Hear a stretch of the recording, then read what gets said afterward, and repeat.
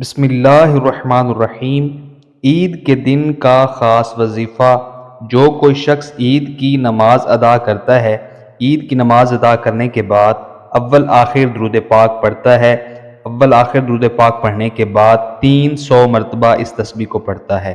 وہ تسبیح کون سی ہے؟ آئیے میرے ساتھ شامل ہو جائیے۔ سبحان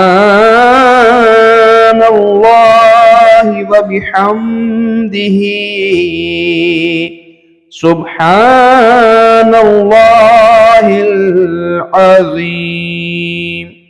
جو شخص عید کے دن 300 مرتبہ اس تسبیح کو پڑھے گا اور فوت شدہ مسلمانوں کی ارواح کو اس کا ایصال ثواب کرے گا تو ہر مسلمان کی قبر میں 1000 انوار داخل ہو جائیں گے، اور جب وہ پڑھنے والا خود مرتا ہے تو اللہ کریم کے فضل سے اس کی قبر میں بھی 1000 انوار داخل فرما دیے جائیں گے۔